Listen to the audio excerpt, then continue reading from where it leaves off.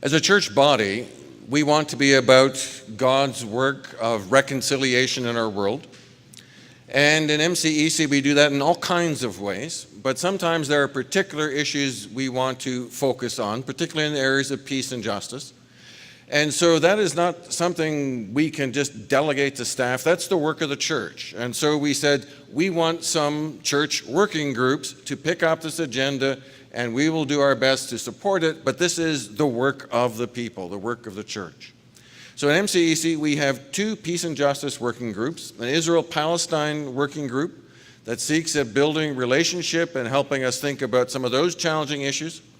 And we have a truth and justice reconciliation working group.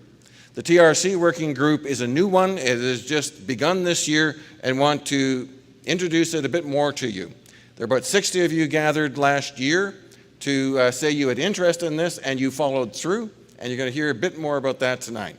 So first off, we want to give a short update, a very brief update to our Palestine-Israel working group. Fred and Palmer will share that with us.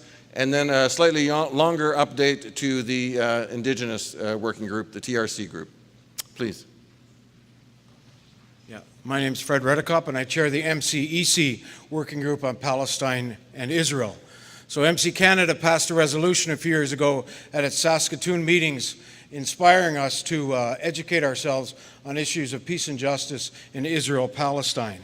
So our group, we host lectures, we do advocacy to Canadian Parliament, we have just been trained in the land exercise, which is similar to the blanket exercise around Indigenous issues. And also, we encourage everyone, if at all possible, to visit Israel-Palestine. So there's a group in Palestine called Sabeel. You can go with them, or you can go on a delegation with Christian peacemaker teams, or you can go, if you're women, only women. Our Mennonite Women Canada is hosting an all-women's tour to Israel-Palestine at the end of September. So we have about 8 or 9 people who are in our working group, but if anyone else wants to join us and listen to our advocacy work, we have lots of room in our hosting place. So thanks very much. So Palmer Becker will now give a short theological biblical reflection on peace and justice in the work of Israel-Palestine.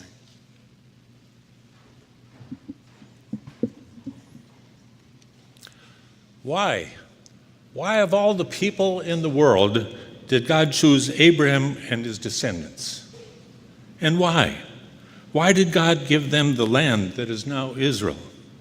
Our working group is seeking to answer these questions. Let me share 3 points of view or ways of looking at it. The first point of view is what I would call the Zionist point of view. In Genesis 12, God says that Abram will become the father of a great nation. Zionist interpreters believe that this great nation is the present-day political nation of Israel. They believe that God gave the land of Palestine to the Jewish people to establish that state. According to them, the Palestinian people need to get out of the land so that Israel can take charge of what God has given them. It's a win-lose point of view and is causing a lot of conflict. A second point of view is what we might call the United Nations, or the two-state point of view. In Genesis 12, God says to Abram, "To your offspring I will give this land." Abram had at least 2 offspring, Ishmael and Isaac. While God blessed Isaac, God also has a blessing for Ishmael. In Genesis 17, God says, "I will bless him," that is Ishmael. "I will make him fruitful and will greatly increase his numbers. He will be the father of 12 rulers, and I will make him into a great nation." Both Jews and Muslims see themselves as descendants of Abraham. They're both trying to claim the promised land as their own land inheritance. The second view says that if we help the Israelis to establish a state, we should do the same for the Palestinians. There is a third way of interpreting Genesis 12 and related texts. I like to call it the missional point of view. Deuteronomy 7:6 says, "The Lord your God has chosen you out of the peoples from the earth to be his people, his treasured possession." Why did God choose Abraham and his descendants? They were not chosen because they were God's favorites. They were not chosen because they were more religious or more powerful or more wealthy. Abram and his descendants were chosen for a mission. What was that mission? I believe we can safely say that the Great Commission was first given to Abraham and his descendants. They were to be a blessing to all the peoples of the earth, including the Canaanites. Through word and deed, they would be a blessing in how they would speak and live their lives. As a result, their followers would become as many as the sands of the sea. The land of Canaan is strategically located for such a worldwide mission. It's located as a bridge between the vast continents of Africa and Europe and Asia. I believe God intended the land to be a base for mission, not merely for a place to live. 2,000 years ago, or 2,000 years later, God came to earth in Jesus Christ. He came to the same geographical area to which he had called Abraham. He commissioned 12 apostles and the church to continue the mission work he had given to Abraham and his descendants. The Apostle Paul in Galatians 3:9 says to us, "If you belong to Christ, then you are Abraham's seed and heirs according to the promise.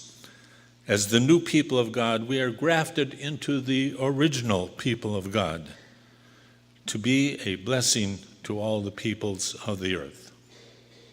So why? Why did God choose Abraham and his descendants? I believe he chose them for a mission. And why? Why did God give them a plot of land? I believe he gave them the land as a base for that mission.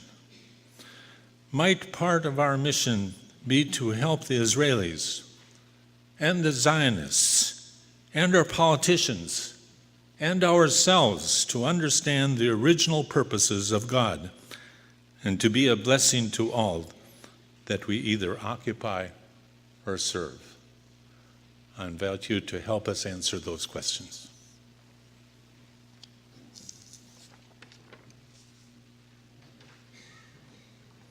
Thank you, Palmer and Fred. Josie, Ann, and Scott now are going to introduce us to the Truth and Reconciliation working groups among us. Please.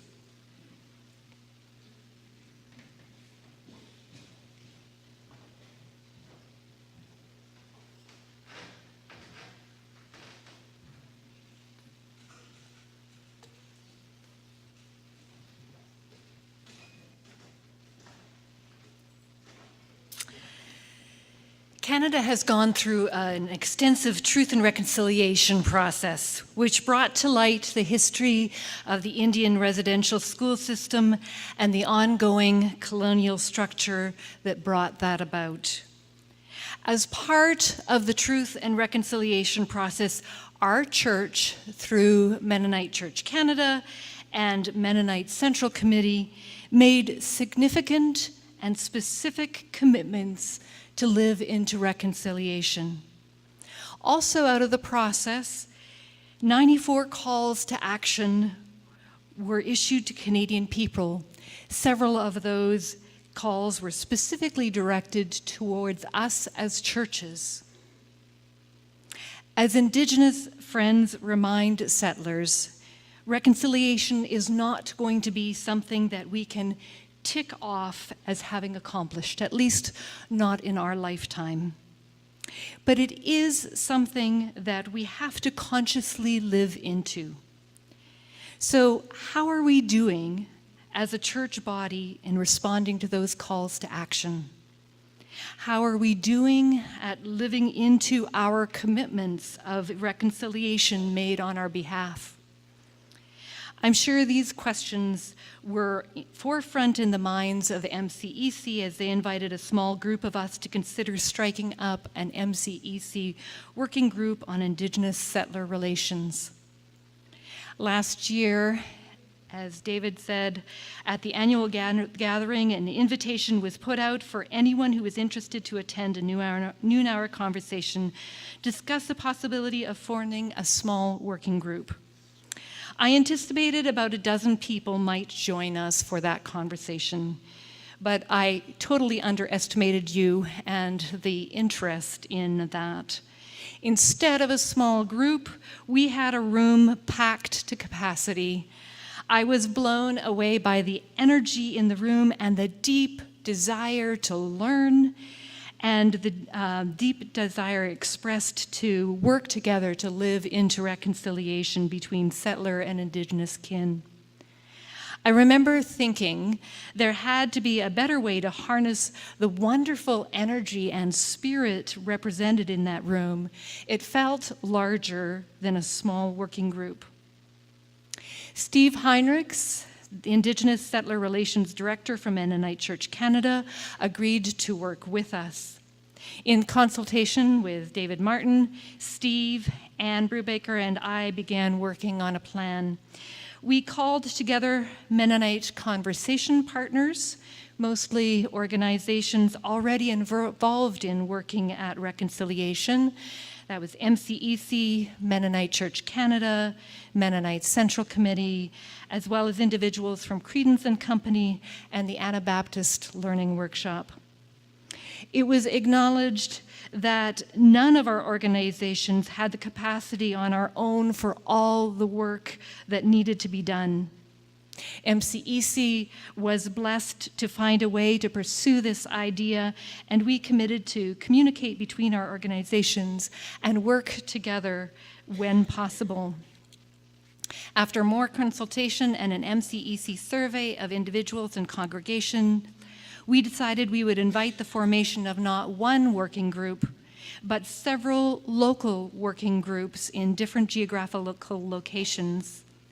We also decided that as a way to center Indigenous voices in a predominantly settler church process, that we would call these local groups Truth and Reconciliation Working Groups and center ourselves around responding to these Indigenous calls to action.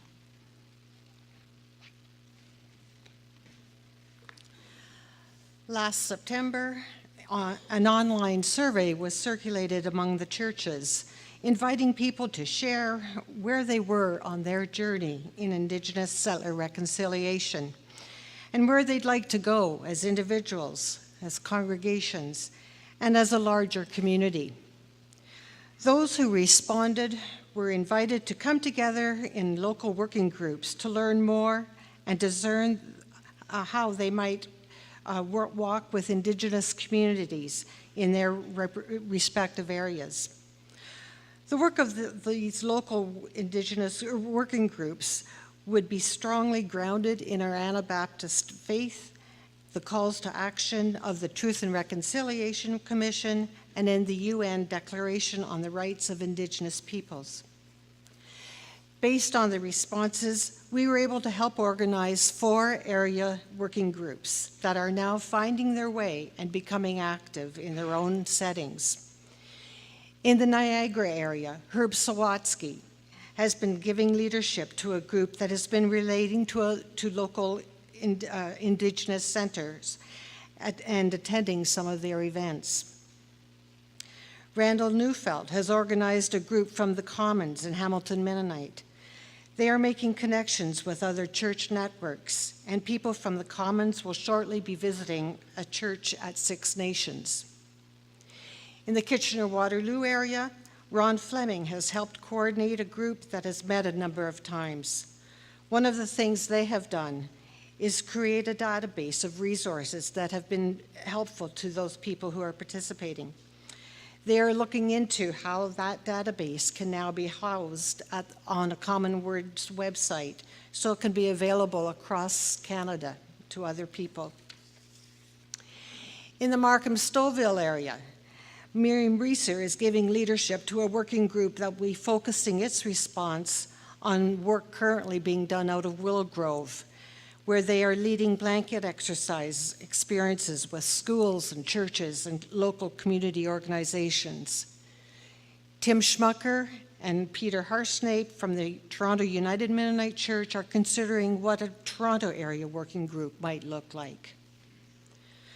When representatives from these groups were together earlier this month, we also heard that the Nairn and Valley View churches, although they do not have a formal working group, are also connecting with a local friendship center in their area.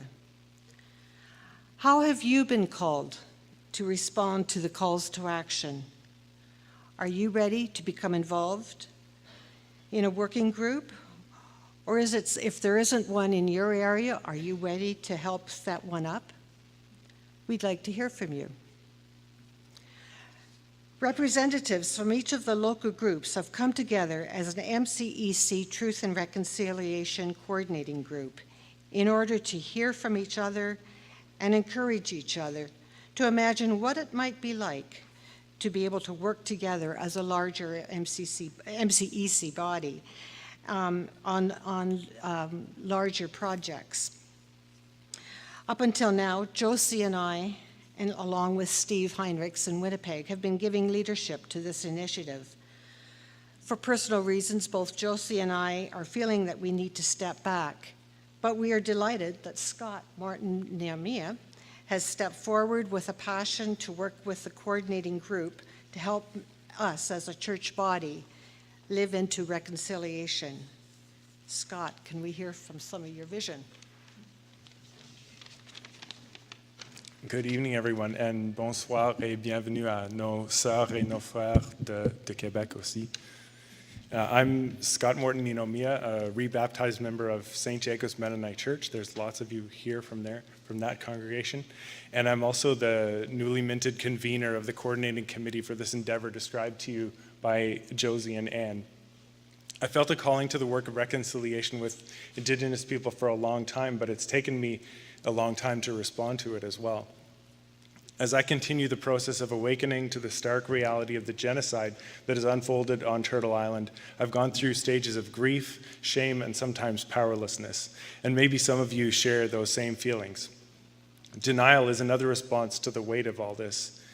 None of us is personally responsible for what's happened, and we can't point to one person or institution or even government and say with satisfying clarity that they did this.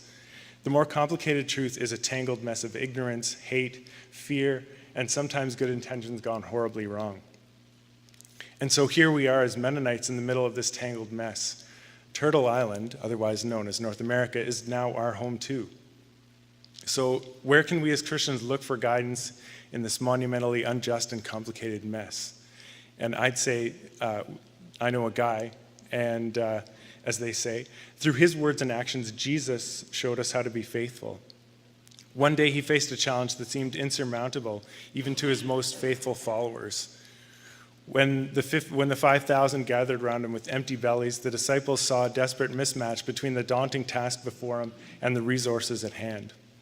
They lamented, "We have only 5 loaves of bread and 2 fish." And Jesus said, "Bring them here to me." His response to their lack of faith was strong and simple, and we all know what happened next. We 21st century disciples can identify with Jesus' friends who faced the hungry crowd. In response to this TRC call to action, we may be asking ourselves, why is this our problem? Or how can we hope to meet this challenge with the meager resources at our disposal? A faithful response is to offer our loaves and fishes, our voices to speak out, our ears to listen, our hearts to build relationships. And when we muster these humble offerings, Jesus' strong, simple response is the same: bring them here to me. This is radical faith and discipleship in this age when we are mobilizing a response to the calls to action from the Truth and Reconciliation Commission. And tonight we want to ask you all, what loaves and fishes do you have to offer for the work of reconciliation? I invite you to come to the table that we have here and speak to us. And you can also use your voice to support Bill C-262 through our letter campaign. You can add your email to our list, if you want to engage further. We want to hear your vision for this work, along with your concerns and even your constructive critiques. We want to learn about the gifts that you and your congregations have to offer. Our role as a coordinating committee is to be the collectors of the loaves and fishes that you and your members of MCEC can offer to the task of reconciliation with the guidance and solidarity of the Indigenous peoples of Turtle Island. We have our baskets ready because we anticipate an abundance. Thank you very much.